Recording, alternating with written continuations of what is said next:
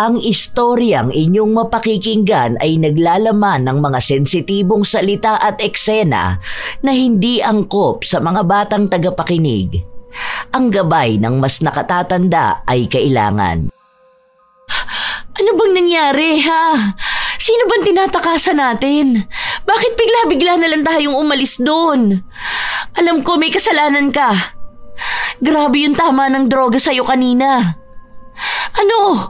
Anong ginawa mo? Napatay ko si Alma, pero hindi ko sinasadya. Hindi ko alam ginagawa ko. Ano? Reynaldo naman, anong hindi mo alam ang ginagawa mo? Pinatay mo yung tao. Diyos ko, ito na nga ba ang kinakatakot ko? Ngayon, pati kami ng mga anak mo madadamay sa ginawa mo. Paano nangyari? Ha? Hindi ko alam! Hindi ko alam! Basta nawala ako sa sarili ko. Basta nakita ko siya nasa kama. Wala na siyang buhay. Natakot ako. Hindi ko alam kung anong mangyayari sa akin kapag nahuli ako. Kaya mas maganda na dito na lang muna tayo sa probinsya. Mas ligtas tayo rito. Ayoko makulong. Ang pagkaluto ng utak dahil sa droga ay isa sa mga mahirap maagapang problema. Sa lipunang ginagalawan ngayon, laganap na ang mga taong gumagamit ng ipinagbabawal na gamot. Marami ang nagiging masamang epekto nito sa kanilang sarili, lalo na sa mga taong nakapaligid sa kanila. Gaya ng pagkalulong ni Reynaldo na umabot na sa puntong nakakagawa na siya ng krimen. Dahil dito, kailangan niya ring pagbayaran ang malaking halaga ng paniningil ng kapalaran para sa mga taong kagaya niya.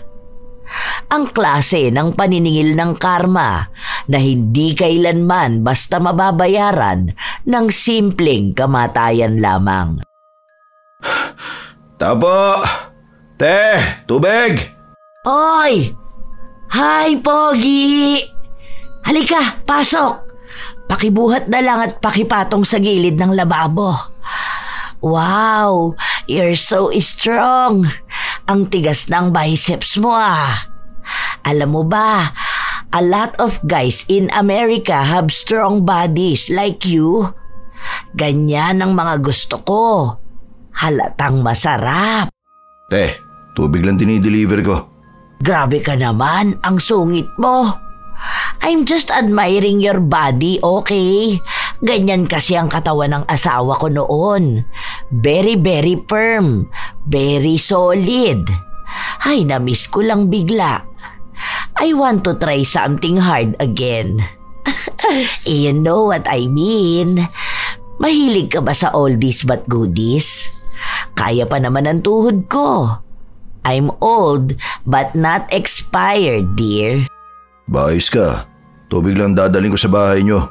Di ko sinabi na didiligan ko rin yung lanta mong halaman. Nasaan na bayad? Bilisan mo, marami pa ako dideliver. Uy, ano yan? Mga hawakan ng alaga ko.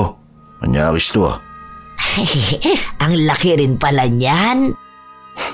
Manyakis na matanda to. Kano ka ba katagal na walang dilig Tigang na tigang ka dyan Medyo matagal na rin. Quite some time. May nakilala akong macho dancer, but scam naman ang malaking kargada. Sa stage lang masarap. Ang buong akala ko saba. Senyorita lang pala. Ano bang tinira mo ngayon, Lola? Kung dalaga ka lang, pwede pa sana kahit di ka na magbayad ng tubig. Magdi-deliver pa ako sa'yo araw-araw. Pero kung ganyang edad naman suswag na. I'm single naman. Balo na ba? My late husband died a year ago. Hi, rest his soul. And I'm very, very lonely, you know. Nung dalaga pa ako, pato kaya ang katawan ko sa mga kano. Wag ka dyan. Grabe, they used to line up for this figure Wala yung katawan ni na Pia Wurzbach. Naku, panis yan sa akin nung kabataan ko. Kaya wag mo ko maliitin. Oo na, sige na. Bahala ka na dyan sa buhay mo. Akin na bahay mo. Panay ka daldal dyan O sa akin may pagkwentuhan. Doon ka sa mga anak mo nagsabi niyan. Ang diri ka naman. Feeling dalaga ka pa dyan Tignan mo. Nakasando ka na nga ng manipis, wala ka pang bra. Tapos ang iksipan yung short mo. Di ka nakakaakit sa totoo lang. Nakakapikon ka. Mag-isa lang ako sa house. Kaya anytime you can come over, ha? My kids are living in America now with their families. Ako na lang talaga ang naiwan dito. All alone. Pero okay lang, sanay na rin. But sometimes, it gets cold at night. I need a man like you. Kindat ka pa dyan. Burahin ko yung mukha mo eh. Kakainis. Manyakis. Inabot ng matanda ang bayad kay Reynaldo, pero malaswa pa niyang hinawakan ito. Halos mangilabot si Reynaldo sa inastang yon ni Alma. Bagong lipat lang sa bahay na yon si Alma. Siguro ay halos mag-aanim na buwan pa lang. At yon ang unang beses na nag-deliver ng tubig si Reynaldo. Wala kasi ang katrabaho niya na nagdadala ng tubig sa bahay noon. Doon niya lang naisip na baka kaya palaging may pera ang katrabaho niya, pumapatol ito sa amoy amag na matanda. Pero hindi yun gustong gawin ni Reynaldo, lalo na at may asawa naman siya. Ang katwiran niya, bakit pa siya magpaparao sa matanda kung pwede namang sa asawa na lang niya? Pagka-uwi ni Reynaldo, agad niyang ikinuwento sa kanyang asawa ang nangyari. Nakakaloka naman yun si Lola. Nakikita ko nga yun minsan kapag lumalabas siya. Ang sexy nga palagi ng suot niya. Ibig sabihin, totoo nga ang sabi na dati siyang babae sa bar tapos asawa ng kano. Minsan ko na rin yung nakausap eh. Palaging pinagmamalaki yung mga anak niyang mayayaman sa abroad. Tapos kung paano siya mahalin ng kano niya, pati na rin yung pera na nakukuha niya monthly. Ewan ko, kaya pala medyo inis yung mga kapitbahay niya sa kanya. Kaya pala tigang na tigang eh. Sanay sa ganung trabaho nung araw. Ewan ko ba, basta nandidiri ako sa kanya. Hindi ko alam kanina kung matatawa ako, maiinis eh. Sarguin ko sana sa mukha ng manahimik. Kakapikon, parahihipo pa sa akin. Kung dalaga yon tapos ganun sa akin, papatulang ko talaga yon. Ayan. Kapag babaeng mas bata talaga, ang bilis mo, ha? Ikaw! Aray, diba? Joke lang naman yun eh. Kung di ka na mabiro eh. Aray, tama na yan. Sakit na. Aray ko. Habang patuloy na hinahampas ni Ernalyn ang asawa, may kumatok sa pinto nila. Nang silipin niya yon, ang kaibigan pala ni Reynaldo at tinatawag ito. Isa lang ang ibig sabihin nun at alam na ni Ernalyn kung ano ang gagawin nila. Reynaldo naman, hindi mo tigilan yung bisyo mo. Wala na nga tayong pera, panay ka pa rin drugs. Akala ko ba'y tinigil mo na yan nung may mga tukhang-tukhang? Ayan ka na naman eh, balik ka na naman sa ganyan mo. Wala naman na to, katuwaan lang. Alam mo naman na ito lang yung nagpapasaya sa akin, di ba? Nanghihina ako kapag wala akong kargada. Hayaan mo na ako. Simpleng bagay na nga lang to sa buhay ko, pagkakait mo pa ba sa akin? Hayaan kita? Hanggang kailan kita hahayaan, ha? Hanggang sa tuluyang maluto yung utak mo at makagawa ka na naman ng masama? Baka nakakalimutan mo, Reynaldo. Kapag lobat ka na, iba na yung tumatakbo sa isip mo. Baka mamaya makapatay ka pa niyan. Baka kami naman ng mga anak mo ang masaktan mo. Natatakot din ako. Baka akala mo napapanatag ang kalooban ko dyan sa pinaggagawa mo. Hindi mangyayari yun. Isa pa, hindi naman ako sobra-sobra tumire, ha? Alam ko pa rin ang limitasyon ko. Papagana ko lang to. Para may lakas ako palaging kumilos at maghanap buhay para sa pamilya natin. Sobrang pera lang naman itong ginagamit ko, ah. Di ko naman kayo pinapabayaan, di ba? Kaya bigay mo na sa akin to. Lumalaki na ang mga bata. Ayoko naman na makagisnan nila yung ginagawa mo dahil baka magaya sila sa'yo. Ayoko maligaw ng landas ang mga anak ko dahil inaakala nila na normal na gawain ang bisyo ng tatay nila. Maging mabuti ka namang ehemplo para sa mga bata. Wala ka na nga maayos na trabaho tapos mas inuuna mo pa ang bisyo mo. Ikaw lang ang nag-iisip niyan kasi masyado kang overthinker. Di lang naman ako gumagawa nito, ah. Marami din diyang ibang tao. May mga matataas na tao pa nga na nagdodroga rin eh. May mga politiko pa, mga artista. Oh, bakit parang normal lang naman sa kanila? Hindi naman ibig sabihin na ginagawa nila yun eh. Dapat mo na rin gawin. Tingnan mo nga, sa susunod niyan papangit na rin ang katawan mo. Magagaya ka na dun sa mga kakilala nating adik. Lulubog na yung pisngi mo, papangit ka na. Tapos susunod niyan, ngiwi-ngiwi ka na naman. Tapos parang palaging may nginunguya. Akala mo ba hindi ka pansin-pansin na kapag nagsasalita ka, halos mabulol ka na? Basta alis na muna ako. Mamaya na lang tayo mag-usap. Papagalitan mo pa ako kanina pa nandiyan sa labas si pare. Hindi na napigilan pa ni Ernalyn ang kanyang asawa. Umalis ito kasama ang adik niyang kaibigan. Noon, bago pa sila magsamang dalawa at bumuo ng sarili nilang pamilya, alam na ni Ernalyn na gumagamit si Reynaldo pero tinanggap niya pa rin ito sa pag-aakala na baka titigil din ito kapag may asawa at anak na siya. Pero walang nangyari. Naging parte na ng buhay ni Reynaldo ang droga. Gabi na nang umuwi si Reynaldo, agad siyang nagtungo sa banyo, bit-bit ang kandila at mga gamit niya para sa kanyang bisyo. May katagalan bago siya lumabas at alam na ng asawa niya na tumama na sa kanya ang iligal na gamot. Hindi na lang kumibo pa si Ernalyn dahil wala na rin naman siyang magagawa. Mabigat lang talaga sa loob niya dahil mabigat din ang enerhiya na dala ng bisyo ng asawa. Kinaumagahan, pagkagising ni Ernalyn, naabutan niya ang asawa sa kusina na nag-aasikaso na. Malakas, aktibo ang katawan at dilat na dilat ang mga mata. Nakapagluto na ako. Gisingin mo na mga bata para makakain na tayo. Kasi pagkatapos ito, magkakarga pa ako ng mga bigas sa tindahan ni Ate Rita. Tapos magdi-deliver ng tubig. Sipag ng asawa mo, no? Ilang araw ka na naman niyang gising. Kapag lobat ka niyan, maghapon ka namang pagod at tulog. Tapos iinit ang ulo mo at tatamarin kang kumilos. Kapag tinawag ka na naman ng kaibigan mo, balik na naman sa ganyang kasigla. Hindi mo ba talaga kayang alisin yan sa sarili mo? Kahit na mahirap, subukan mo naman. Hindi ka ba nagsasawa sa ganyan? Paulit-ulit na lang ganyan ang ikot ng buhay mo. Di mo kasi alam ang pakiramdam. Hayaan mo lang sabi ako sa mga ginagawa kong ganito.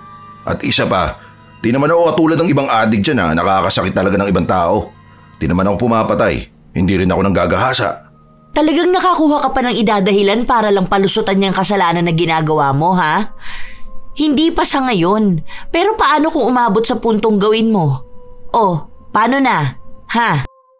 Maniwala ka sa akin, hindi ko yung gagawin. Pangako, hindi ako gagawa ng kahit na anong krimen. Hindi naniniwala si Ernalyn sa sinabi ng kanyang asawa pero wala naman na rin siyang magagawa.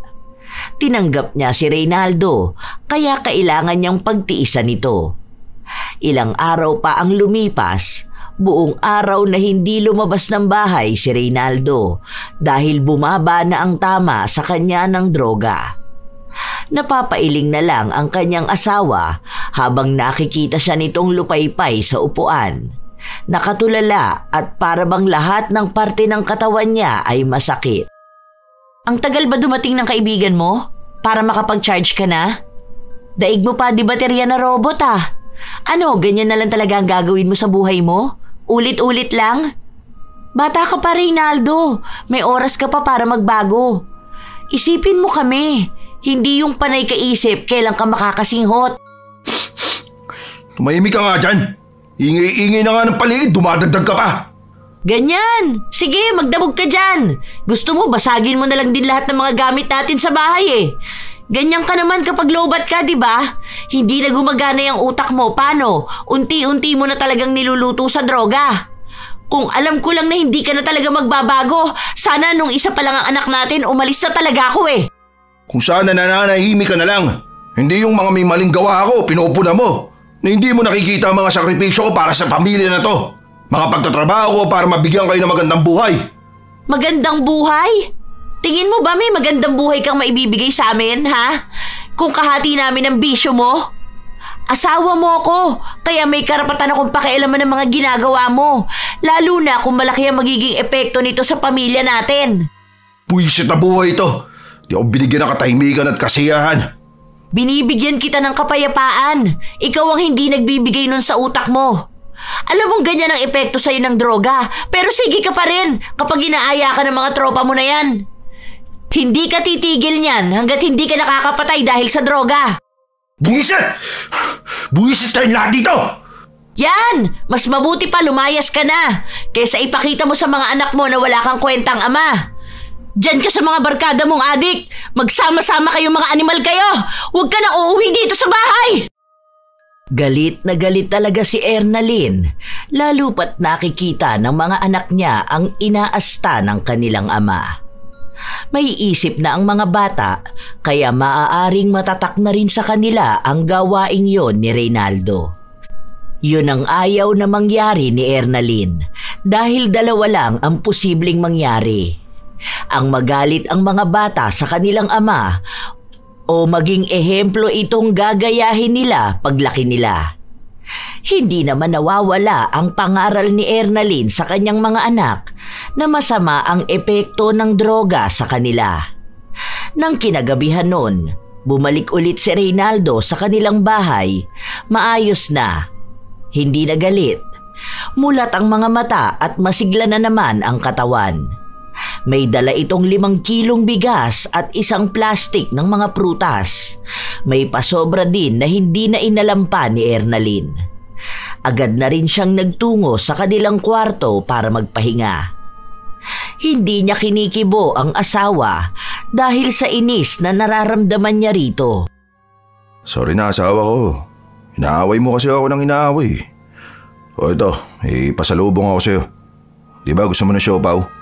Binilang kita nito. Favorite mo tong flavor na to. Hulaan mo kung ano. Ilipag mo lang dyan, matutulog na ako. Bukas ko na lang yan kakainin. Wala akong gana. Tatampo na naman ang maganda kong misis. Bango pa niya, no? Bagong ligo pa yata. Ano ba, Reynaldo? Umurong ka nga doon, ang init-init eh. Usod mo yung electric fan, hindi nahahanginan ng mga bata. Doon ka na nga, ang baho mo.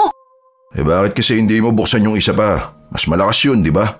Nangangamoy sunog yan. Hindi ko na sinaksak dahil baka pumutok lang at masunog pa. Okay na yung isang electric fan. Umalis ka lang dyan, hinaharangan mo yung hangin. Baka pawisan to mga bata. Ba't di mo sinabi sa akin? Para sana inayos ko kanina. Akin na, ilalabas ko para ayusin yan. Di nagtitiis kayo sa isang electric fan na mahina rin. Magdahan-dahan ka dyan ha. Baka maapakan mo ang mga anak mo. Matutulog na ako. Isarado mo yung pinto. Total, di ka naman matutulog. Magbantay ka dyan. Maging tagapagbantay ka ng mundo. Agad na kinumpuni ni Reynaldo ang sira nilang bentilador. Inisa-isa niya yung baklasin hanggang sa nakita niya ang sira nun. Matapos maayos, ipinasok na niya sa kwarto nila at itinutok sa mag-iina niya na natutulog. Nasa sala lang siya buong magdamag at nanonood ng kung ano-ano sa kanyang cellphone. Nang sumapit ang umaga, may naghanap sa kanya para sa isa pang trabaho. Sa bahay ni Alma, may ipapaayos sa washing machine ito. Dahil dagdag kita na rin para kay Reynaldo, pinuntahan niya rin naman. Kahit na naiinis siya sa matanda. Oportunidad din naman kasi yun para magkaroon siya ng pera na maibibigay sa asawa o maitatabi para sa bisyo. Basta may something na maingay. Umuugong, ganun. Feeling ko sa ilalim yan eh. Baka may baril na naipit. Ano bang uling nilaban mo? Ay, oo nga no. Parang may sumasabit sa loob. Walang barya ang mga bulsa ng damit ko. Maybe I dropped the other pair of my earring. You know, the 24 carats gold. Bigay pa naman ng kanuko yun. Alam mo ba magkano na presyo ng gold ngayon? 5K na ata per gram. Pero matagal na niyang bigay yun eh. Sige, titignan ko na lang. Baklasin ko na to ha. Okay, sure babe. Baklasin mo rin ako later ha. Pwede ba umusog ka? Paano ko maayos to? Luwag-luwag ng bahay mo, siksik ka ng siksik sa akin. Ang sungit. Nanunood lang si Alma habang nagtatrabaho si Reynaldo. Medyo nahihirapan siya dahil halatang galing sa ibang bansa ang gamit nito. Kaya pinagpawisan siya at naghubad ng suot niyang sando. Manyak naman sa kanya ang matanda Halos maglaway ito sa naninigas niyang katawan at nangingintab sa pawis. Hindi naman talaga maikakaila na maganda ang katawan ni Reynaldo. Batak siya sa mabibigat na gawain, kaya kahit na hindi na siya magpunta sa gym, hulmado na ang tikasin niyang katawan. May katagalan ang inabot ng pagbabaklas niya at hindi niya pa rin nakikita kung ano ba ang mali. Pero alam niya na may nakabara. Pilit niyang sinusuri dahil hindi rin siya pamilyar sa washing machine ni Alma. Hindi kasi ito katulad sa mga dating inaayos niya. Iba tong washing mo, no? Daming kung ano-anong babaklasin. Nahihilo ako sa mga nakikita ko. Daming maliliit na parang wala namang halaga. Mahal yan. Dala ng anak ko from States. Brand new pa yan nung binigay niya sa akin. Nagbakasyon sila dito sa Pilipinas last year. Kasama asawa niyang mayaman. May business sa Amerika at may mga lupain. Ang daming properties. Binigyan pa nga ako nun ng designer bag, limited edition. Walang ganun dito sa Pilipinas. Very generous, sobra. Also, may grandson yung anak nila sa expensive school nag-aaral. Matalino, ang galing mag-English. When I'm with them talaga, I speak English very open. You know, I'm used to it. When I'm talking to people here in the Philippines, medyo hirap akong mag-Tagalog. But I need to adjust. Hindi lahat naiintindihan ang English ko. O bakit di ka tumira sa States? Para doon ka mag-English. Kasi nga di ka naman marunong mag-Tagalog kahit sa Pilipinas ka pinanganak. May dugong kanu ka naman yata. Nakalimutan mong Pilipino ka. Eh di doon ka na sa States. I want to try something new kasi. Living here in the Philippines is so fun. Medyo magulo lang, but nakakatuwa ang mga Pilipino. Ayos ah. Nakatikim lang ng kano. Kala mo taga-ibang bansa na talaga. Biglang naging dayuhan sa sariling bansa. Angas mo pala, Lola eh. Ay, don't call me Lola. I'm not matanda namang sobra. You can call me babe na lang. Ewan ko sa'yo. Basta may ginagawa ako rito. Panay-kwento ka naman sa akin. Yabang mo naman. Di ka matino kausap. Wala kang ibang ginawa kundi ikwento yung mga di ko naman kailangan marinig. That's the problem with Filipinos. Akala nila nagyayabang na ang tao just because may mga kwento kami. Alam mo, sa States, hindi ganyan mindset ng mga tao doon. That's why they are better country talaga. Tayo sa Pilipinas, nagpapahirap sa bansa. I'm just sharing my stories lang. Kaya yung mga anak ko, I told them not to live here. Much better if they got retired sa States, since much better to live there. I'm afraid for my grandkids to be here also. Kakainis kasi mga Pilipino eh. Oo na, sige na. Mga mayayaman pa naman. Palaging gusto nila sila yung tama. Oh, nakita ko na problema. Meron ka ba dyan basahan? O kaya damit na hindi gagamitin? Kailangan ko yung manipis. May pupunasan ako sa loob. Here. Guess ang brand ng damit na yan. Alam mo ba dito sa Pilipinas, mamahalin na yan. Since not all people here can afford to buy such branded clothes. Tapos ako ginagawa ko lang basahan yan, ano? Sa States kasi, we ignore such brands eh. Ano lang yan, parang normal lang. Cheap ba? Kaya nang bumalik akong Pilipinas, I laugh so hard sa mga tao na nagyayabang sa mga ganyan. Basahan ko lang. Akin na, daan pa sinasabi. Nanghihingi lang ako ng basahan, kailangan pang banggitin yan. Di na naalis na paulit-ulit sabihin ang buhay niya sa Amerika. Oh, okay na to. Balik ko na lang mga kinalas ko, tapos testingin mo na. Para matapos na to at makaalis na ako. Utang-utangan na ako sa States mo. Ang galing talaga. Halika, magmerienda ka na muna. Mamaya ka na umalis ha. Agad namang naghanda ng merienda ang matanda. Pinagtimpla niya rin ng juice si Reynaldo para kahit na paano ay makapagpahinga ito at magtagal na makausap niya. Gustong-gusto talaga ni Alma ang lalaki dahil maliban sa katawan nito, bakas din naman na may taglay itong kagwapuhan. Sa lugar nila, bibihira siyang makakita ng ganoong klase ng lalaki. Kaya hindi rin siya titigil hanggat hindi niya ito nakakasama at natitikman. Alam niya na masyado lang papilit ang binata, pero ang mga lalaking kagaya ni Reynaldo, kayang-kaya niyang bilhin ng pera. Nang matapos niyang ihanda ang merienda, agad siyang nagpunta sa sala kung saan naroon ang binata at nagpapahinga. "You must try this juice. Imported yan, galing States. Mahal yan lalo kung bibilhin dito. Ibang Pilipino can't afford to buy it. Kami lang talaga kayang bumili niyan. Pati ang palaman niyang tinapay. Nutella yan. Nakakasawa na nga yan, to be honest. Normal na kasi kami kumain yan sa States. Tapos dito, mga tao akala mo sobrang yaman na nila kapag nakatikim ng ganyan. Ang babaw ng mga Pinoy." Ano pa ba sasabihin mo? Baka pati yung inuupuan ko mahal to, galing States. Tapos tong baso, o tong plato, mahal to ano? Kasi galing tong States. Tapos pasalubong sa'yo ng anak mo. O ano pa? Yung hangin dito sa bahay mo, imported din ba to? Galing din sa Amerika? Kasi yung hangin ng mga Pilipino, cheap. I like funny guys talaga. Oh wait, punasan ko na pawis mo. You smell good pa rin, even your body is full of sweat, ha? May asawa ka na ba? Gusto mo pa ng sugar, mami? Sugar mommy? Ano? Patawa talaga to. Ganyan ba talaga kapag galing States?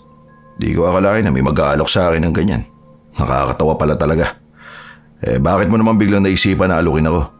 Bakit? Sarap na sarap ka ba sa akin? Maybe. I'm just trying to offer you something. Bibigyan kita ng pera. Ano ba gusto mo? Alahas? I have a lot of gold. Iba doon bigay ng husband ko. Kaya mahal na kapag ibinenta ngayon. Sige na. You can have my money to buy anything you want. Hindi ka na magtatrabaho ng mabigat.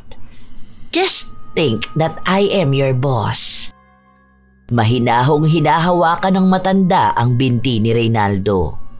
Noong una, gusto niyang tumanggi pero nasisilaw siya sa perang alok sa kanya ni Alma. Ang iniisip niya, ang kanyang pamilya at ang kanyang bisyo.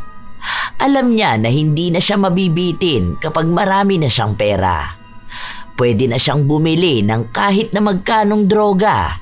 Mas mahal, mas maganda. Nang araw na yon, pumayag si Reynaldo na may mangyari sa kanila ni Alma.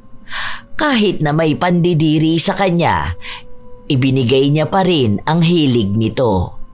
Sa sofa lang silang dalawa hanggang sa natapos sila. Hindi maikakaila na magaling si Alma kahit na matanda na siya. Halatang sanay na sanay siya sa ganitong gawain. So, nasiyahan ka naman ba? Grabe, that's so big. Mabuti na lang nakapustiso ako, walang sabit. Solid. Kahit amoy efficacent oil buong katawan mo, galing mong gumalaw. Laman tiyan na rin kahit paano. Asan pera ko? How much ulit ang kailangan mo? Sabi mo, bibigyan mo ako ng gold. Pahingi ako yung pwede kong ibigay sa asawa ko. Gusto ko yung maganda ha, yung mamahalin. Okay na yung pera na yan. Ako na, baka kunin mo pa ulit eh. Talihan mo na, uwi na ako. Si Reynaldo ang pumili ng alahas na kukunin niya. Isinama siya sa loob ng kwarto ni Alma at nakita niya kung gaano karaming alahas meron ang matanda. May kung anong pumasok sa utak ni Reynaldo. Iniisip niya na kung makukuha niya ang mga alahas na yon, magkakaroon sila ng maraming pera. Kailangan niya munang makuha ng tuluyan ang loob ni Alma. Umuwi si Reynaldo, dala ang alahas, pera at ibang pagkain na bigay sa kanya ni Alma. Sa ganun lang kadaling diskarte, nagkaroon siya ng ibibigay sa pamilya niya. O yan, masarap yan ha. Sa inyo lahat yan. O huwag kayong magagawaan, marami pa yan dito. Magpakabusog lang kayo. Tsaka may juice din dyan. Saan naman galing yan, ha? Anong pinagagawa mo? Huwag mo sabihing nagnakaw ka at nagbenta ka ng gamit. Presyong adik. Tapos yan ang ipapakain mo sa mga anak natin, ha? Baka sumakitan siya ng mga yan. Itong asawa ko, masyadong tamang hinala sa akin. Hindi ko yan ninakaw. Pinaghirapan ko yan. Binigay sa akin yan dahil magaling ako magkumpuni ng gamit niya. Ito nga may bibigay ako sa'yo.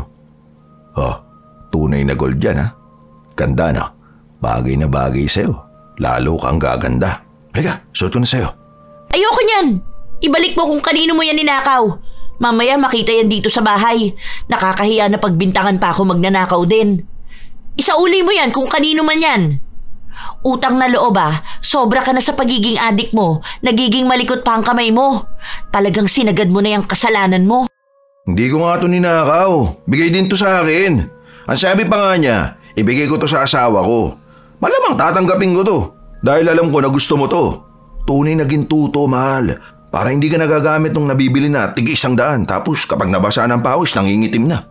Basta ayoko niyan. Alam kong walang magbibigay ng ganyan dahil lang nagpaayos ng washing machine. Ibalik mo yan, Reynaldo. Sinasabi ko talaga sa'yo. Kapag may nagpunta rito at nagreklamo ng pagnanakaw mo, ipapadakip talaga kita. Baka sakaling sa kulungan ka magbago. Hayop ka! Hindi ko nga ninakaw. Kulit mo naman eh. O sige, tatabi ko na lang to kung ayaw mo. Bumili ka ng ulam natin bukas. Mag-grocery ka na rin. Alis na muna ako. Hinihintay ako ni paring Alex eh. Bayad ka na rin ng kuryente natin ha. Okay na muna yan sa ngayon. Pero lagi naman kitang bibigyan ng pera. Ano ba talaga, Reynaldo? Saan to galing? Malaking halaga to Ano pang klaseng iligal na gawain ang ginagawa mo, ha? Ang kulit, wala nga sinabi. Kita ko yan sa trabaho ko. Ano? Hindi ka ba masaya na may pera akong binibigay sa'yo? Kapag wala akong binibigay, nakagalit ka. Pupunayin mo yung bisyo ko. Kapag naman may pera akong binibigay, magagalit ka pa rin. At sisisihin pa rin yung bisyo ko. Ano ba talaga? Hindi ko alam kung saan ako lulugar sa'yo eh. Kahit naman anong gawin ko, bisyo ko yung nakikita mo. Huwag mo nga akong tinatarantadong lalaki ka. Malaking halaga to. Kahit na magtrabaho ka ng normal, hindi mo kaya tong ibigay sa akin ng isang araw lang. Ano bang pinakumpuni sa'yo at ganito ka binayaran, ha?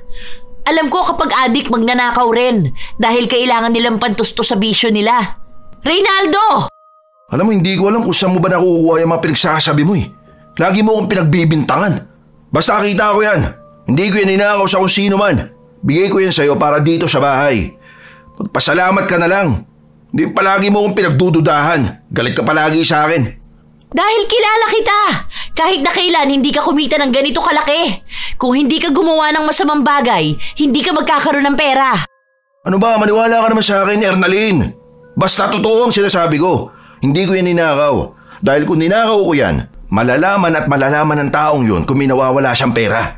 Tignan mo, wala namang reklamo sa atin, di ba? Ang ibig lang sabihin nun, hindi yan galing sa masama. Pinaghirapan ko yang makuha. Sige na, alis na muna ako.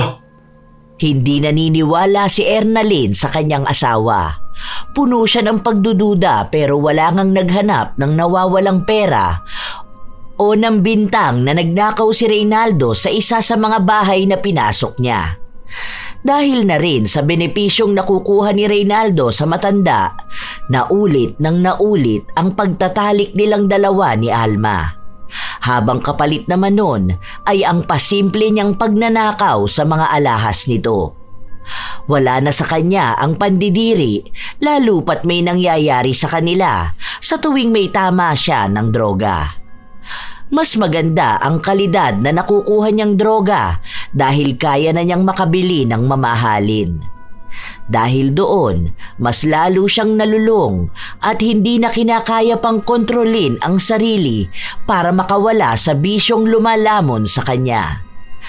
Isang araw, matapos may mangyari sa kanila ni Alma, sumama ang katawan ng matanda pero may kailangan siyang gawin kaya si Reynaldo na lang ang inutusan nito. Tandaan mo ang pin ng ATM ko ha. Maglabas ka ng 8K tapos dumaan ka sa Meralco. Bayaran mo yung bill ng kuryente ko at Hindi ako makatayo.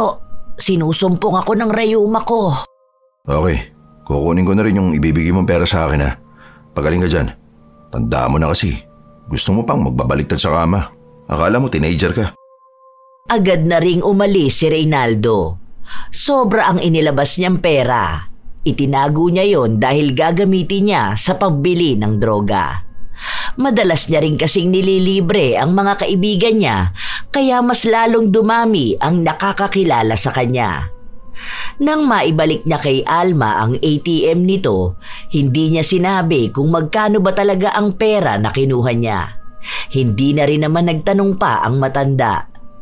Sa paglipas pa ng mga araw, mas lalong lumalala ang pagkalulong ni Reynaldo. Nauubos niya kaagad ng isang araw lang ang perang binibigay sa kanya ni Alma.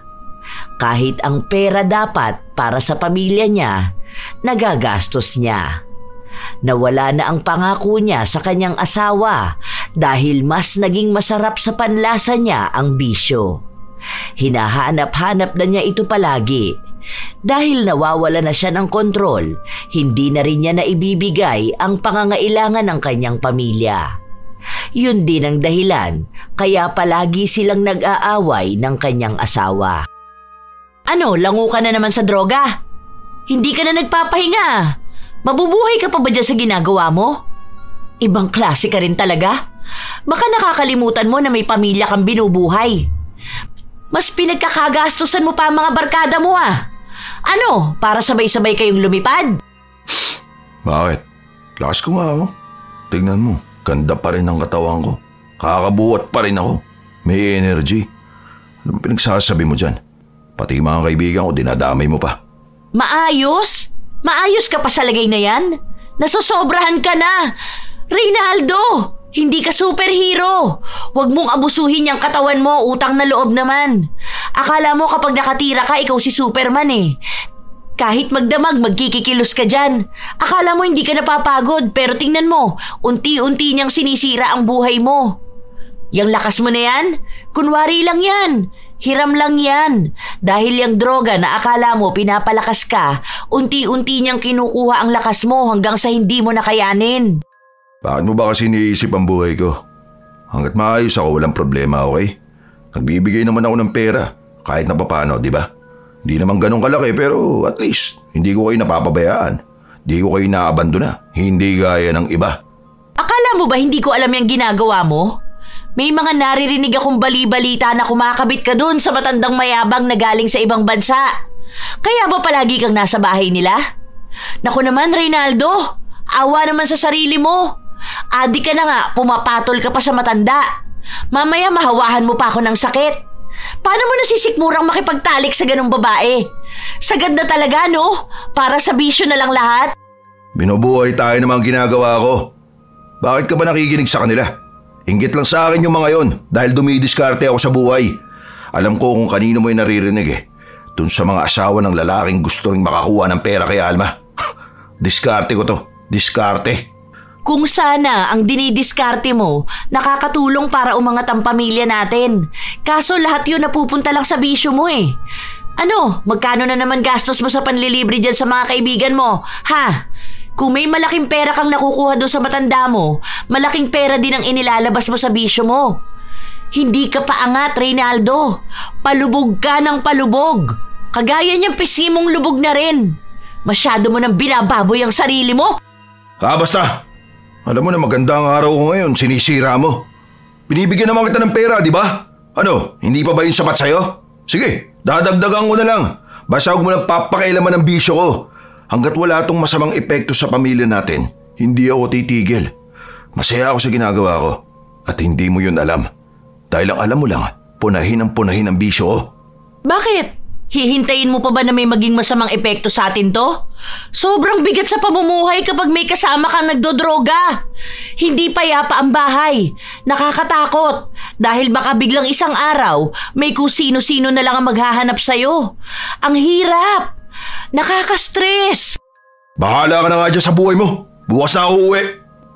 Hindi pinigilan ni Ernalyn ang kanyang asawa. Nang makalabas na ito, agad niya ring ikinandado ang pinto. Si Reynaldo naman sa bahay ni Alma ang punta. Doon lang naman siya pwedeng magtungo. Ilang beses pang kumatok si Reynaldo bago siya pagbuksan ni Alma. Lumingon pa sa paligid ang matanda para masigurado na ligtas nga ang paligid. Ano nangyayari?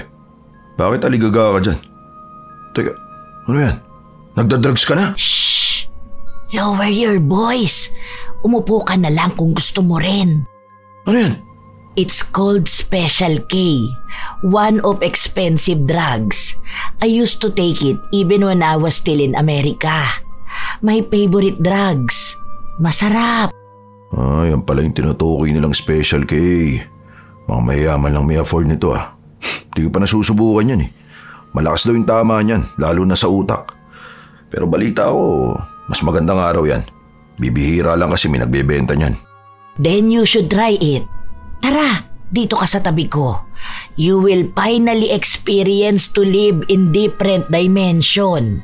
Sabay tayong maglalakbay. Hindi na tumanggi pa si Reynaldo. Gusto niya rin naman yung masubukan at nakahanda naman na ang mga gamit ni Alma. Sabay nilang nilasap ang mamahaling droga. Mabilis ang naging epekto nun lalo na kay Reynaldo na unang beses yung natikman. Isa lang ang masasabi niya. Yun nga ang pinakamaganda at pinakamasarap na natikman niyang droga. 20 minutos ang lumipas, mas lalong lumakas ang tama sa kanya. Daig pa ang nakalutang sa alapaap. Ang dami niyang nakikitang mga bagay sa paligid niya na hindi naman tunay. Nang mapatingin siya kay Alma, kapansin-pansin na inaakit siya nito. How's your feeling, babe? Come here. May mas masarap na kapartner yan. Saan mo ako dinadala? Sandali lang. Para ako nakalutang. Di ko maramdaman ng shake. Pupunta tayo sa isa pang langit. Pumasok sila sa kwarto. Nakatulala lang si Reynaldo habang si Alma naman ay halatang sanay na sa paggamit ng droga na yon. Unti-unti nang gumagalaw si Alma, niroromansa si Reynaldo. Hanggang sa pumatong na siya rito. Habang patuloy na gumagalaw ang katawan ni Alma sa ibabaw ni Reynaldo, napatingin naman ang lalaki sa kanya. Pero nag-iiba ang itsura ni Alma sa paningin ng lalaki. Para siyang nagiging isang demonyo. Unti-unti namang nag-iinit sa galit si Reynaldo dahil pakiramdam niya ay inaasar siya ng demonyo na yon. Naging agresibo ang galaw niya hanggang sa inihiga niya si Alma at sinakal. Bitiwan mo ako! Reynaldo! Reynaldo! Demonyo ka! Demonyo! Dapat sa'yo mamatay na! Doon ka sa impyerno! Papatayin kita! Hindi ka na makakalabas ng kwarto na to! Hindi ako makahinga! Reynaldo!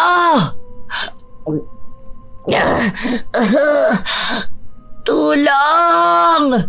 Help me! Help! Reynaldo, bitawan mo ko! Help! Wala kang matatawag na kahit sinong demonyong lalapit sa'yo ngayon dahil papatayin kita! Papatayin kita! Hindi ka na makakasigaw! Hindi ka na makakahingi ng tulong! Mas naging madilim pa ang paningin ni Reynaldo. Hinigpitan niya ang pagkakasakal kay Alma. Habang pilit na nagpupumiglas ang matanda, mas lalo naman siyang hindi binibitawan ng lalaki. Kahit na ilang beses niya itong tawagin sa pangalan niya, walang ibang naririnig si Reynaldo kundi ang pagtawa ng demonyo. Kahit na paghihirap ang makikita sa itsura ni Alma, sa paningin ni Reynaldo, isa siyang diablo na tumatawa at inaasar siya. Kuhang-kuha naman ang piko ng lalaki. hanggang sa tuluyan niyang nalagutan ng hininga si Alma. Pero kahit napatay na ito, hindi pa rin siya binibitawan ni Reynaldo. Mataas pa rin ang tama ng droga sa kanyang utak, kaya nagiging balisa siya sa paligid. Ilang sandali pa, binitiwan ni Reynaldo ang walang buhay na matanda. Napasiksik siya sa gilid ng kama dahil pakiramdam niya ay umiikot ang paligid niya. Ang dami niyang naririnig na boses. May iba't ibang mukha siyang nakikita. Nalilito sa mga nangyayari. Wala na siyang maalala dahil hindi na niya alam kung ano ang realidad. Ganon kalala ang naging epekto sa kanya ng droga. Inabot yun ng ilang oras bago siya tila nahimasmasan. Hindi pa siya tuluyang nakakabalik sa tamang pag-iisip, pero nakikita na niya ng maayos ang paligid. Nang tumayo siya, nakita niya si Alma. Hubad na nakahiga, walang buhay. Alma, gumising ka. Ano gagawin ko? Hindi pwedeng malaman na ako nakapatay sa'yo. Hindi ito pwede. Ayoko makulong. Ayoko. Anong gagawin ko? Umisip ng paraan si Reynaldo kung paano niya matatakasan ang ginawa niyang krimen. Kapag nahuli siya sa loob ng bahay ni Alma, ang daming kaso na mapupunta sa kanya. Lalo na at may ebidensya pa ng droga. Kaya ang ginawa niya, dinala niya ang walang buhay na katawan ni Alma sa banyo. Pinuno niya ang bathtub at inilunod niya ito roon. Para kunwari, namatay sa pagkakalunod ang matanda. Bago umalis si Reynaldo, nilinis niya ang mga gamit nila. Nagawa niya ring nakawin ng mga alahas, gadget at iba pang gamit na maibebenta niya. Saka siya nagmamadaling umuwi sa kanila. Erdalyn! Buksan mo ang pinto! Erdalyn! Buksan mo to! Ano ba? Bakit pinagmamadali ka? Dapat nagpaumaga ka na ng uwi eh. Tulog na kami. Istorbo ka pa. Kung makakato ka pa dyan, akala mo may nangyaring masama. Teka, bakit parang namamawis ka dyan? Anong nangyayari? Bilisan mo. Kunin mo mga bata. Bilis! Ano bang nangyayari, Reynaldo? Natatakot ako sa inaasta mo. Ano bang ginawa mo? Diyos ko po, ano ba nangyayari? Sino bang sinisilip mo dyan? Nakagawa ka ba ng atraso sa ibang tao? Ay, ayan na nga ba ang sinasabi ko eh. Hindi mo kasi ginagamit yung utak mo. Hindi ka nag-iisip. Yung mga ginagawa mo, malaki ang epekto niya sa amin. Basta bilisan mo na lang. Huwag ka na madaldal dyan. Huwag na kayo kumuha ng maraming gamit. Tama na yan. Bilisan mo na. Alis tayo. Ano ba? Huwag kang babagal-bagal dyan, Ernally. Sumunod ka na. Hindi na makapag-isip pa ng maayos si Ernalyn dahil natataranta na rin siya sa ginagawa ng kanyang asawa. Natatakot siya na may masamang mangyayari sa kanila, lalo na sa mga anak nila. May dala silang 2 bag kung saan naroon ang mahahalaga nilang gamit. Kapansin-pansin talaga na lango pa rin sa ipinagbabawal na gamot si Reynaldo. Halatang hindi siya nakakapag-isip ng maayos, kaya hindi siya masyadong makausap ng asawa niya. Sumakay sila ng bus, papunta sa probinsya ni na Reynaldo. Sinigurado ng lalaki na ang pupuntahan nila ay lugar na hindi sila basta matutunton ninuman. Hanggat naroon ang mga kamag-anak niya, alam niyang may magtatago sa kanila. Inabot ng halos 1 araw ang naging biyahe nila. Sa buong paglalakbay, tulala lang si Reynaldo. Tila ba bumababa na ang tama ng droga sa utak niya. Nang makarating sila sa probinsya, nanuluyan sila sa bahay ng kapatid ni Reynaldo. Dito na muna tayo sa bahay ni na kuya hanggat di pa tayo nakakahanap ng bahay na lilipatan natin. Ano bang nangyari ha? Sino bang tinatakasan natin? Bakit bigla-bigla na lang tayong umalis doon? Alam ko may kasalanan ka. Grabe yung tama ng droga sa'yo kanina. Ano? Anong ginawa mo? Napatay ko si Alma. Pero hindi ko sinasadya. Hindi ko alam ang ginagawa ko. Ano? Reynaldo naman! Anong hindi mo alam ang ginagawa mo? Pinatay mo yung tao! Diyos ko, ito na nga ba ang kinakatakot ko eh. Ngayon pati kami ng mga anak mo madadamay sa ginawa mo. Paano nangyari? Ha? Hindi ko nga alam. Hindi ko alam. Basta nawala ako sa sarili ko. Basta nakita ko siya nasa kama. Wala na siyang buhay. Natakot ako. Hindi ko alam anong mangyayari sa akin kapag nahuli ako. Kaya mas maganda dito na lang muna tayo sa probinsya, ha? Mas ligtas tayo rito. Ayokong makulong. Ewan ko. Hindi ko na alam kung anong mangyayari. Paano kung matuntun nila tayo rito? Sinabi ko naman kasi sa'yo, itigil mo na yan. Kaso anong ginawa mo? Mas pinalala mo pa ang sitwasyon. Pumatay ka na nga, ninakawan mo pa. Alam mo na mayaman ng mga anak nun. Sa oras na malaman nila ang nangyari sa nanay nila, hindi sila titigil. Ipapahanap ka. Hindi mo to maitatago ng matagal. Apektado pa ang buhay ng mga bata.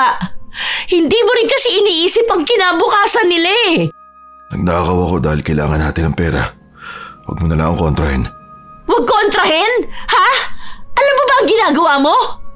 Hindi ka na nakakapag-isip ng maayos dahil yung utak mo luto na. Hindi na yan gagana. Uulit-ulit lang yan.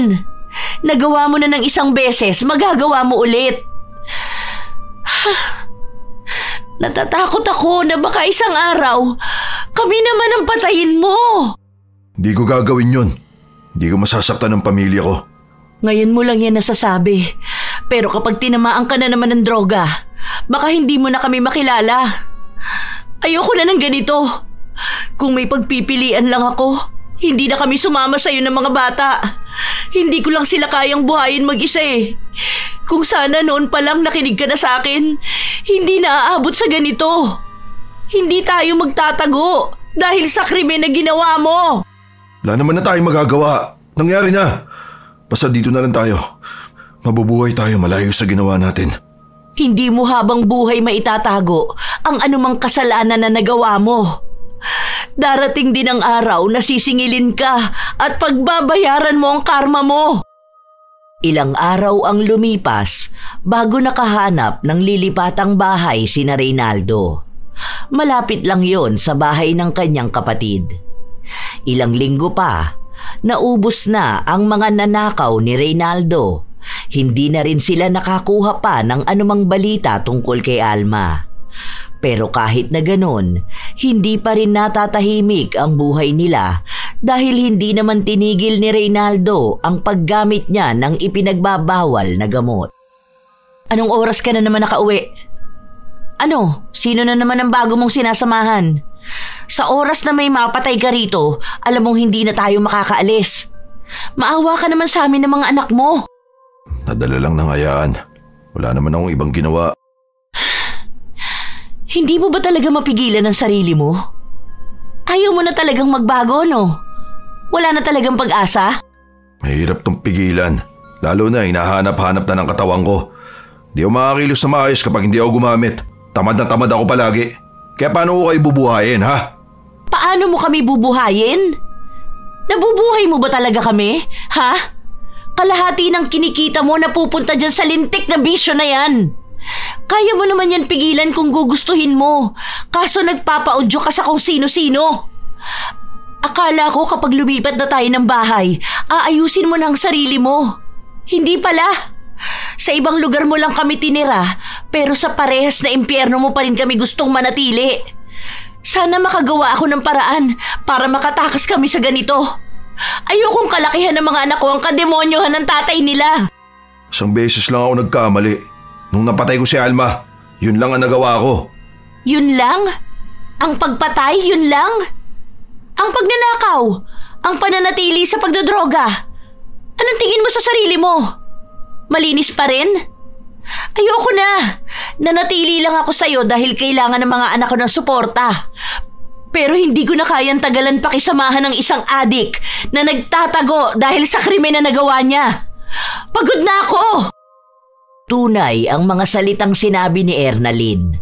Pakiramdam niya ay hindi na siya makaalis pa sa impyerno na buhay niya kasama si Reynaldo. Gusto niyang humanap ng maayos na trabaho para sakaling makaipon siya at mailayo ang mga anak niya.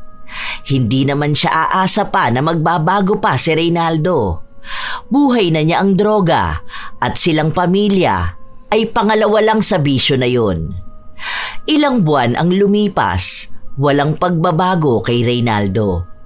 Pinapabayaan na lang ni Ernalyn ang asawa dahil mag-aaway lang sila kapag pinilit niya itong patigilin. Isang gabi, habang mahimbing ang tulog nila, nakarinig ng malalakas na pagkatok si Ernalyn. Agad niyang binuksan ang pinto.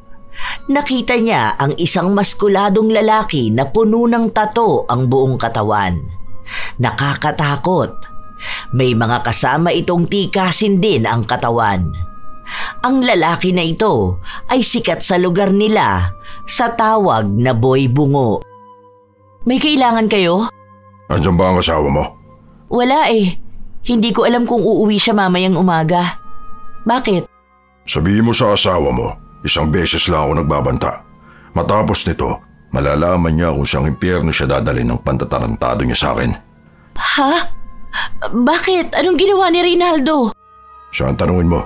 Basta ipaabot mo sa kanya sinabi ko. Kilala niya naman siguro ako. Alam niya ang kaya kong gawin. Kaya huwag akong lokohin niya. Hindi ako sumasanto ng kahit na sino. Matapos itong sabihin ni Boy Bungo, agad na rin siyang umalis kasama ang ibang kalalakihan. Nang matapos ang usapan na yon, hindi na muli pang nakatulog si Ernalyn. Nababalot na ng takot ang buong pagkatao niya. Hindi na siya makapag-isip ng maayos. Naiiyak na rin siya dahil iniisip niya ang kapakanan at buhay ng mga anak niya na maaaring mapahamak dahil lang sa kagagawa ng kanilang ama. Umaga na nang dumating si Reynaldo. Pagpasok niya pa lang sa bahay, malakas na sampal na ang tumama sa kanya. Ano bang problema mo? Anong katarantaduhan na naman ang ginawa mo, ha? Ano yung sinasabi ni Boy Bungo? Nagpunta rito si Boy Bungo. Anong sabi niya? Nagbabanta siya! Hindi ka na talaga natatakot, ano? Pati kami nadadamay na sa ginagawa mo. Parang awa mo naman, Reynaldo. Para lang sa mga anak mo. Hayaan mo siya. Kung ano-ano na naman niyang sinasabi mo eh. Akong bahala sa kanya. Di naman kayo nung gagalawin. Hayaan mo akong resolbahin ang problema ko na to. Hayaan? Puro na lang hayaan?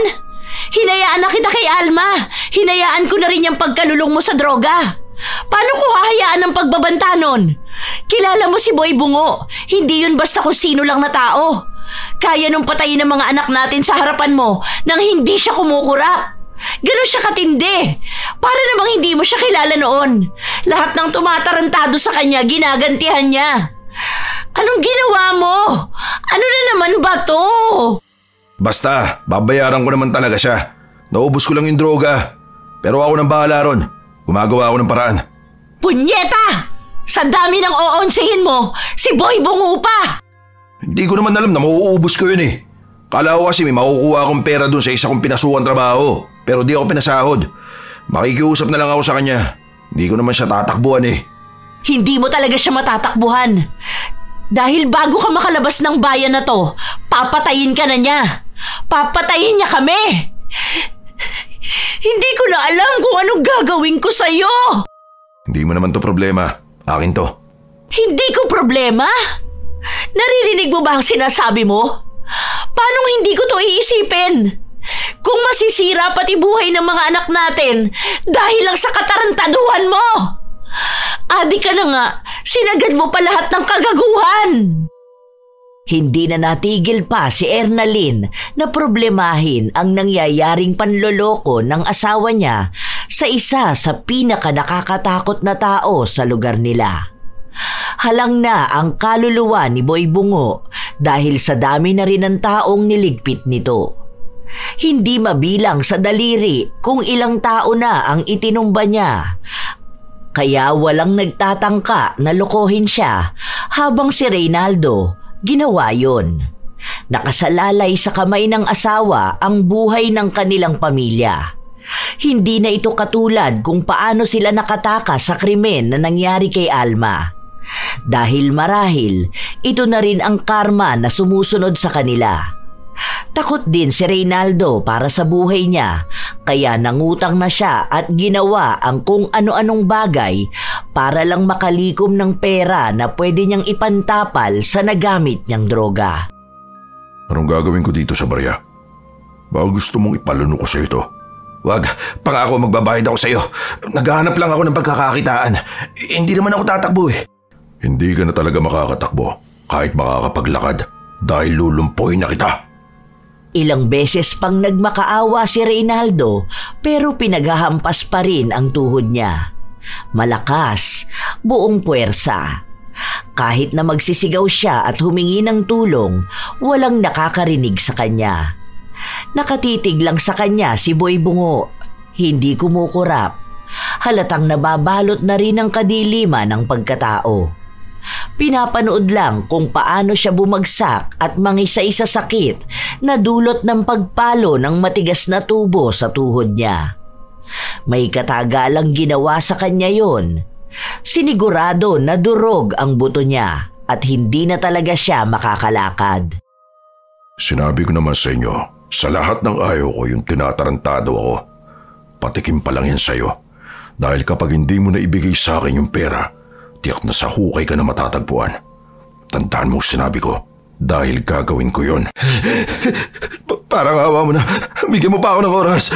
Hindi ko kayang ibigay sa iyo ng buo yung pera. Maawa ka rin sa pamilya ko. Wala akong pakialam sa pamilya mo. Dahil hindi naman sila ang may atraso sa akin. Ikaw lang ang pakikialaman ko. Kung nagbibigay ako ng palugit sa mga taong gumago sa akin, siguro hindi pa sila nabubulok sa ilalim ng lupa ngayon. Pero hindi ako ganon. Kung ano ang sinabi ko, yun ang dapat masunod. Walang palugit, walang awa. Nanginginig pa rin ang laman ni Reynaldo dahil sa sakit na nararamdaman niya. Ang dalawang tauhan ni Boy Bungo ang humila sa kanya para maiuwi siya sa kanilang bahay. Muli sa kanyang ipinaalala ang kahahantungan niya sa oras na hindi niya naibigay ng buo ang perang atraso niya. Sunod-sunod ang pagkatok ni Reynaldo sa pinto nila bago pa mabuksan ang kanyang asawa. Diyos ko po, anong nangyari sa'yo? Ang sakit. Dahan-dahan lang. Hindi ako makapaglakad. Ay, dito ka na muna. Hihingi ako ng tulong kay kuya para madala ka sa ospital. Agad na napatakbo si Ernalyn sa bahay ng kanyang bayaw.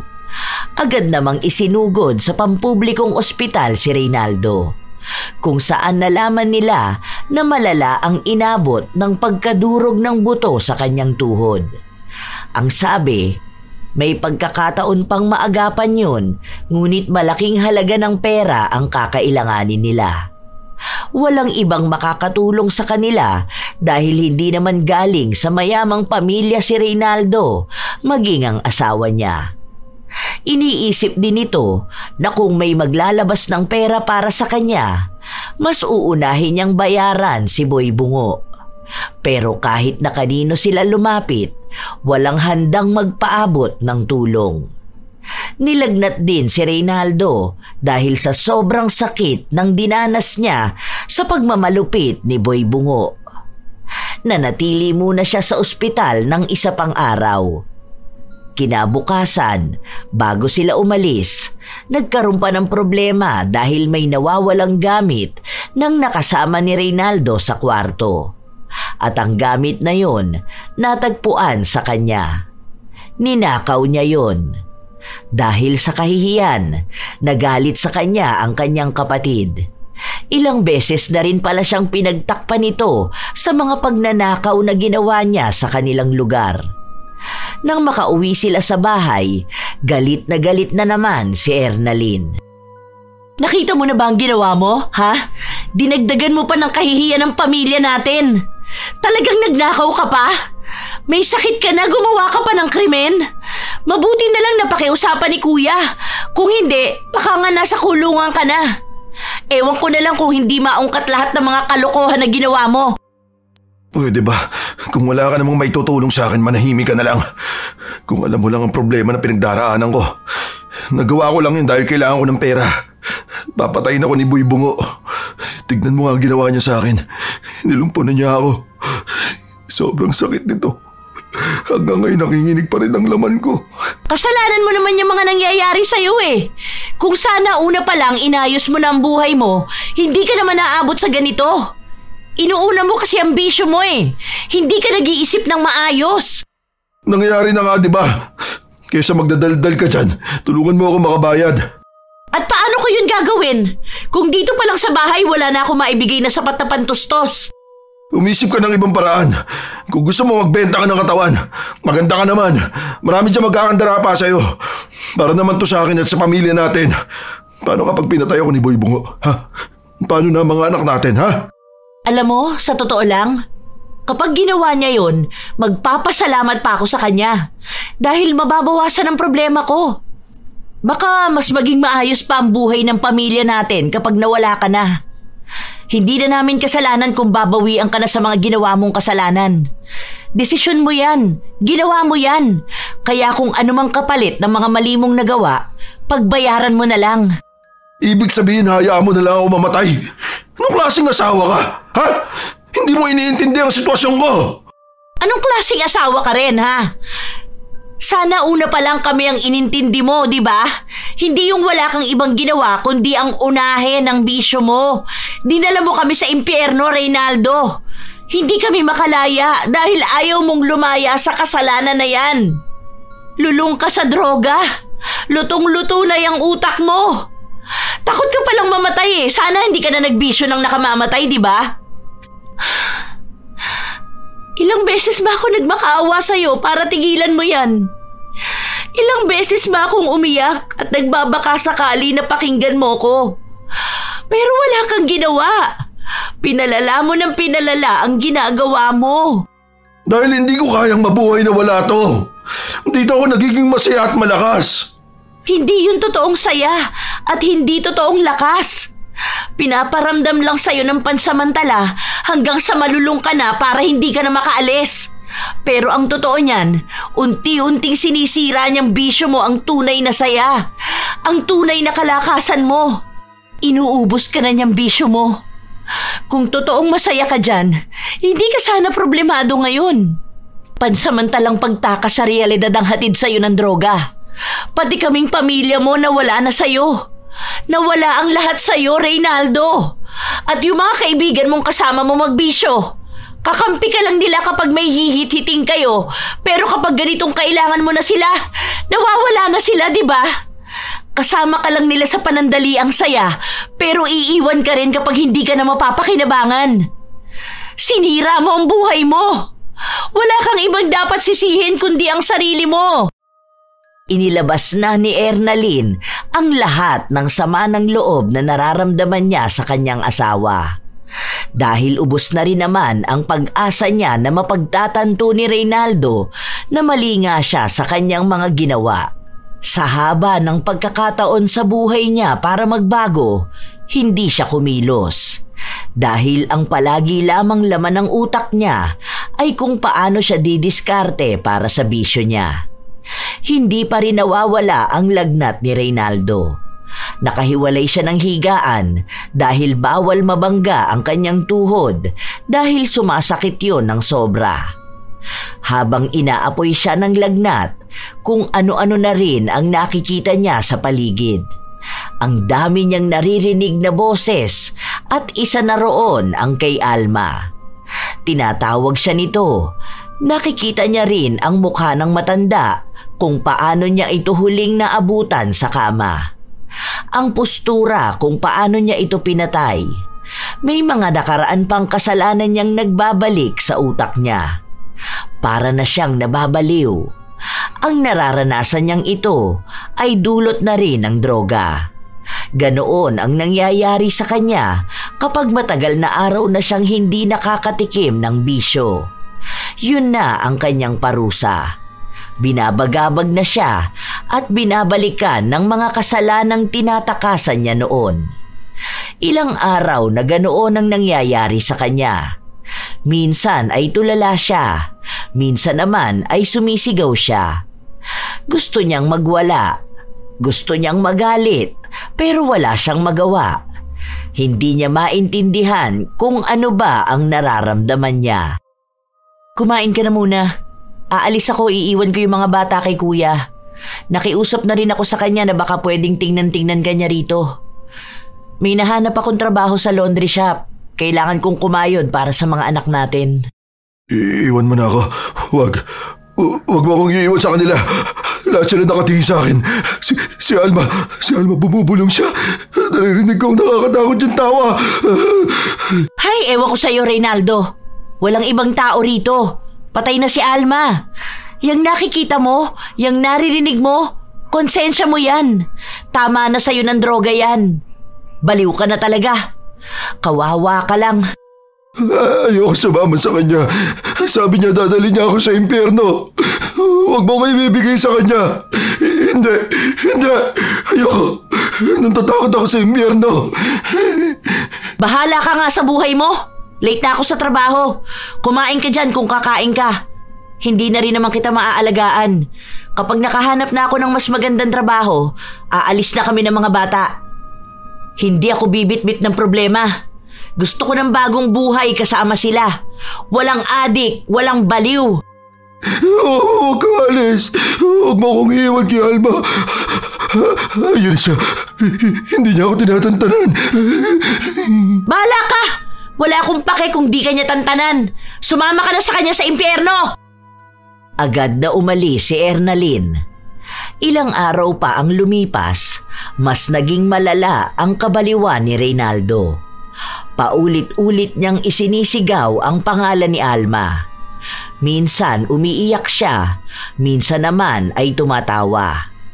Dahil ayaw ni Ernalyn na makaapekto yon sa mga anak niya, nakiusap siya sa bayaw na makikitira muna sila sa bahay nila at kapag may nahanap siyang murang paupahan, saka sila lilipat. Hindi na pwedeng makisama si Reynaldo sa mga bata dahil natatakot na ang mga ito sa kanya. Kapag may oras si Ernalyn, pinupuntahan niya ang asawa. Pero madalas na nag-aalaga kay Reynaldo ay ang isa pa niyang kapatid. Pero hindi rin siya natitiis ng mga ito. Hanggang sa nakahanap ng magandang trabaho si Ernalyn sa syudad, kung saan libre na rin ang tutuluyan niya. May kamag-anak siya sa syudad, kaya doon naman siya humingi ng tulong para pwede niyang pag-iwanan ng mga anak. Mahirap para kay Ernalyn na itaguyod ang dalawa niyang anak, pero kailangan niya yung gawin. Kung hindi, pare-pareha silang dadalhin ni Reynaldo sa pagkabagsak. Ito na ang huling araw na magkakasama tayo. Aalis na ako. Kailangan kong buhayin ang mga anak natin at hindi ko yun magagawa kung nandito lang ako palagi, dito sa tabi mo. Sorry, pero oras na para kami naman ang makalaya. Alam mo kung gaano ko nang hihinayang sa pagsasama nating dalawa. Pero ganun talaga eh. Hindi na kita matiis. Mahirap pa rin to para sa akin. Ang bigat sa dibdib. Pero para sa mga bata, kakayanin ko to. Huwag mo akong iiwan dito. Tulungan mo naman ako. Hindi ko na alam kung anong nangyayari sa akin. Yung nangyayari sa'yo ang kabayaran mo sa mga kasalanan mo. Hindi na kita matutulungan dyan. Kaya si Alma ang palaging bumabagabag sa'yo dahil alam mo sa sarili mong siya ang isa sa nagawan mo ng mabigat na kasalanan. Wala na eh. Kung sana noong may pagkakataon ka, ginamit mo sana yon para sa pagbabago. Pero ang ginawa mo naman, mas lalo kang lumala. Magbabago na ako. Basta tulungan mo ako. Sorry. Kailangan kong unahing tulungan ang sarili ko at ang mga anak natin. Sorry, Reynaldo. Sorry. Ernalyn, huwag mo akong iwan. Ernalyn, pangako magbabago na ako. Ernalyn! Kahit na anong pagmamakaawa ni Reynaldo, hindi pa rin siya pinakinggan ng asawa niya. Tumalikod dito sa kanya at umalis kasama ang mga bata. Sobrang bigat sa dibdib ni Ernalyn, lalo pa mahal naman talaga niya ang asawa. Naubos lang ang pagmamahal na yon kahihintay niya sa pagbabago ni Reynaldo. Ayaw na niyang aksayahin pa ang buhay niya sa taong wala ng pag-asa. Minsan nagiging matino kausap si Reynaldo pero madalas ay nababaliw ito. Sa paglipas pa ng mga araw, mas lalong nawala sa sarili si Reynaldo. Ang dami niyang pagsisisi sa sarili pero huli na ang lahat. Wala naman ang naniniwala sa kanya at maging sarili niya hindi na niya pinagkakatiwalaan. Hanggang sa dumating ang araw ng singilan. Alam na ni Reynaldo ang kahahantungan ng buhay niya habang kaharap niya si Boy Bungo.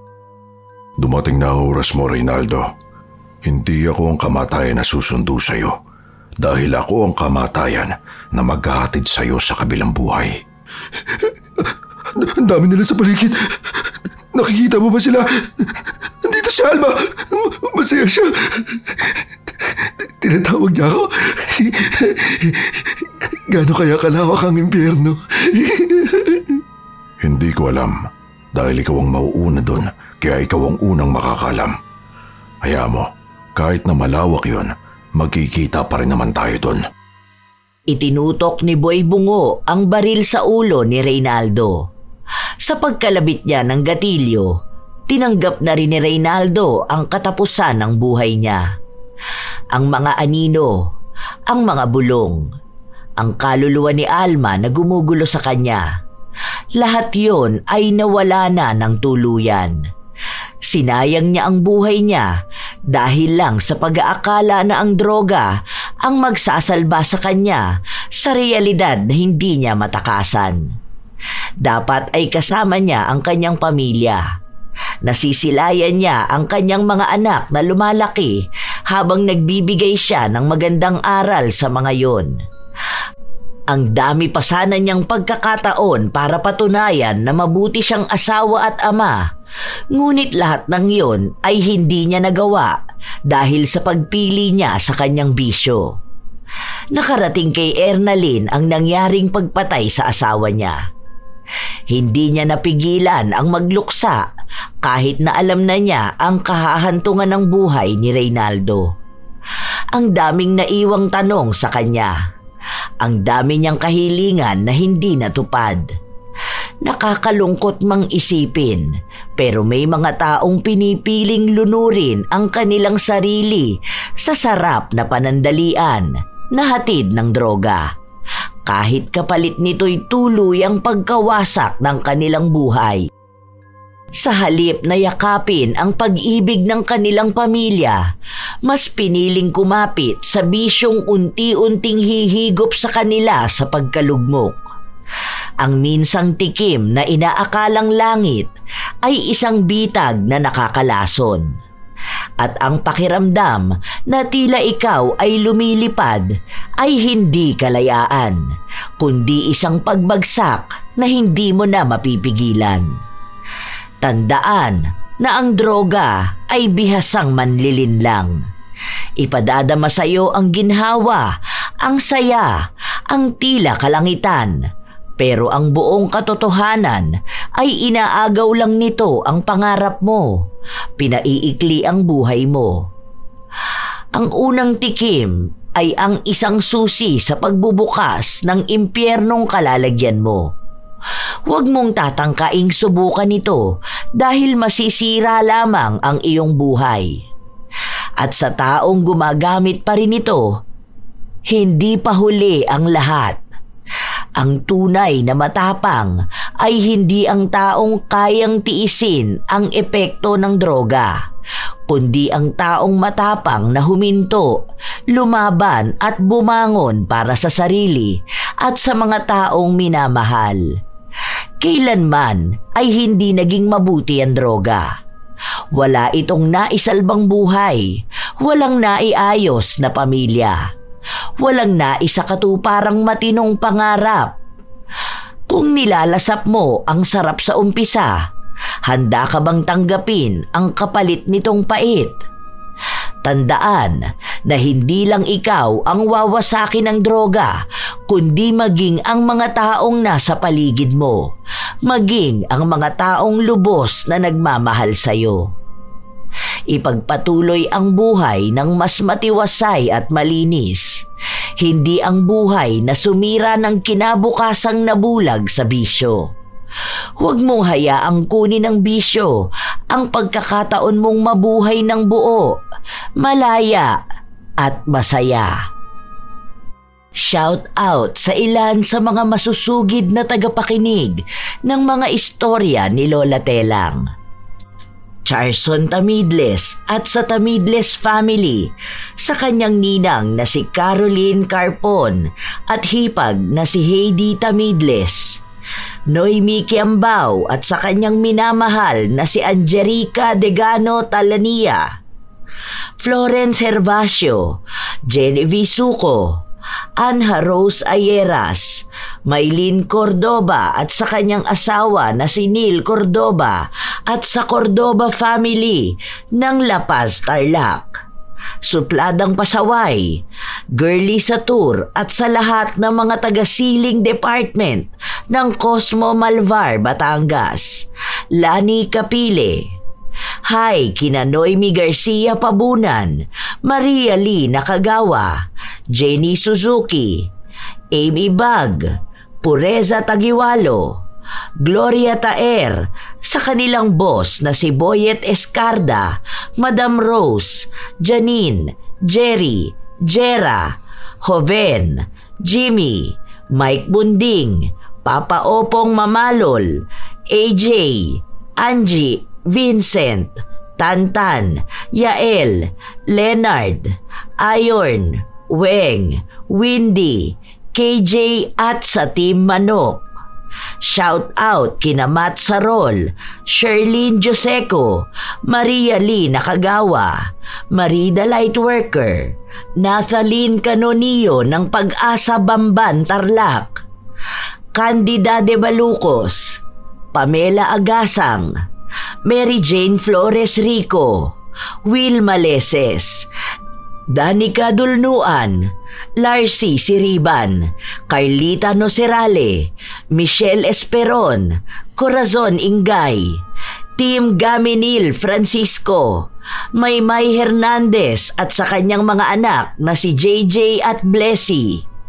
Kumusta kayo, Elizabeth Dungka, Evelyn Abong Carbakil, Hana Maylin Sesgundo, Joy Batukan, Roslyn Mangilin, Azenar Noriv at sa Azenar Goodies, Maymay Paul, Jomer Suarez at sa mga kasama niyang makinig na sina Gigi Gulariza at Kuya Jojo, Ruth Ann Migano, 88IC, Razon Yao, Angelina Ignacio, Madel Mergal, Joyce Roncal, Jennifer Makasinag, Lady Dam, Zane Axel Ranada, Ivy Rose Biñas, Jayco ng Bahrain, Rose Ann Rama, Mike James Tapak, Lydia Lopez, Mirna Alfaro, Larnie Azurin. Salamat sa pakikinig, Carmela Landayan, Beth Liza, Leonisa Cobo, AJ and Louie sa Clover Bay Tower, Ami Yong, Rachel Whitney, Chef M, kina Ate Auring, Ne, Faye, Ruth, Minda, Madam Leslie at Poging J ng Amira Boxes Handicrafts ng Laguna, Jessica Arquio, June Soriano at sa asawa niyang si Lani Soriano, Elizabeth Hardenil, Lita Alipio, Catherine Alipio at Angelo Alipio, Marisa Villanueva, AJ Chua ng Zambales, Ibrahim Mardoquio, Roxanne Gaudicos, Althea Cabanig, Angeline Galo, Joan Arcos at sa kanyang pamilya na sina Arniel, Jonel at John Reed Arcos, Ilocana Vlog ng Qatar, Lurian Vitalicio, Marites Tanilong, Asodisen Serila, Raquel Hasegawa, I Love Traveled, Karen Salud, Gladys de los Santos, Roberto Crimen, Loresil Abelarde, Catalea Soto, Deans Rodriguez, Ate Aya, Beauty and Your Best, kina Tita Seling, Tita Grace, Mama Juliet, Nanay Feli, Jamin at sa asawa niyang si Berto, pati na rin sa kanyang anak na si Arjan. Shout out sa inyo, Chris Gel Mamado, Red, Grace Hementera, Angelu de la Cruz, Florence Joyce Feras at sa Feras family ng Season Pangasinan, Linda Daza, Ibeang Bueno, Susana Llobrera, Cram Marker, Lynn Soriano, Helga Pola Ranas at sa Loresto at Ranas family, Yasmin Tisay Quinones, Emma Dumato, Hazel Fiesta, Zoe's World at kay Marilu Hamal. Ito ang inyong Lola Telang at maraming salamat sa lagi inyong pakikinig mga apo.